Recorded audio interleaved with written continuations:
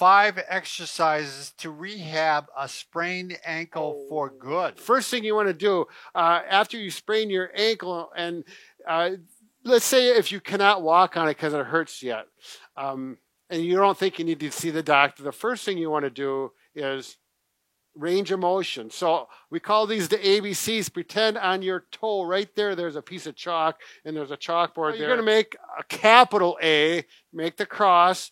And the reason we use letters, capital letters, because it forces your ankle to move larger motion, and you're doing all the planes of the ankle, the joint planes of the ankle, in other words, the motions. I'm at C, and sometimes when you start, by the time you get to D or F or E or wherever, your ankle's starting to get sore, it's tired, and then you quit.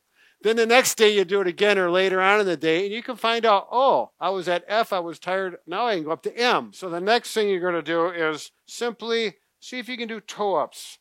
Plantar flexion is probably the primary strengthening ankle range of motion. That means lifting the heels up. Yep, at this point. We've got some other ones that are important too, but right now, and then you can actually pull back this way and do a full rock.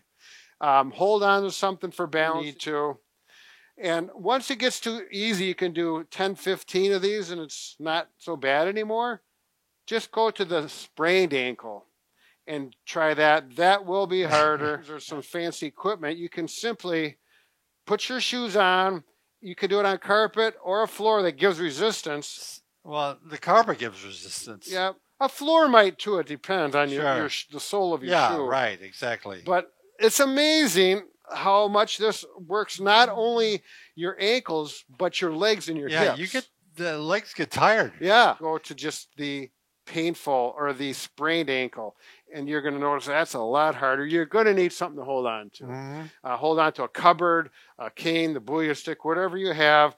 And so you're working on strength, and you're actually working a little bit on your balance and proprioception too, which is the next one, Brian. Stand on one foot. And again, you can do this on your good leg first.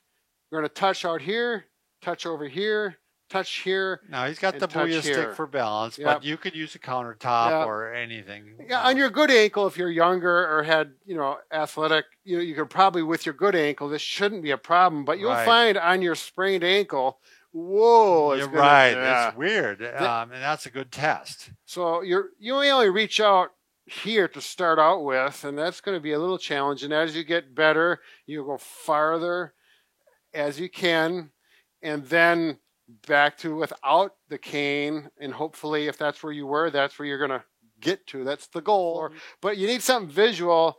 You're going to hop over like this and hop back and see how it feels. If there's no pain in the ankle, see if you can do it continually.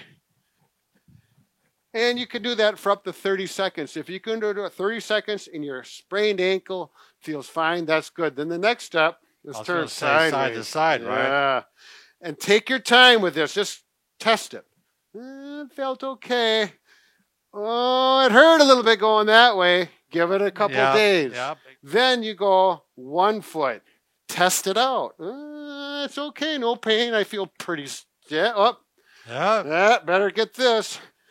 And always no pain. It should feel stable. Then 15 to 30 seconds this way. No pain. 15 to 30 seconds this way. No pain. You're probably back to walking pretty stable by then.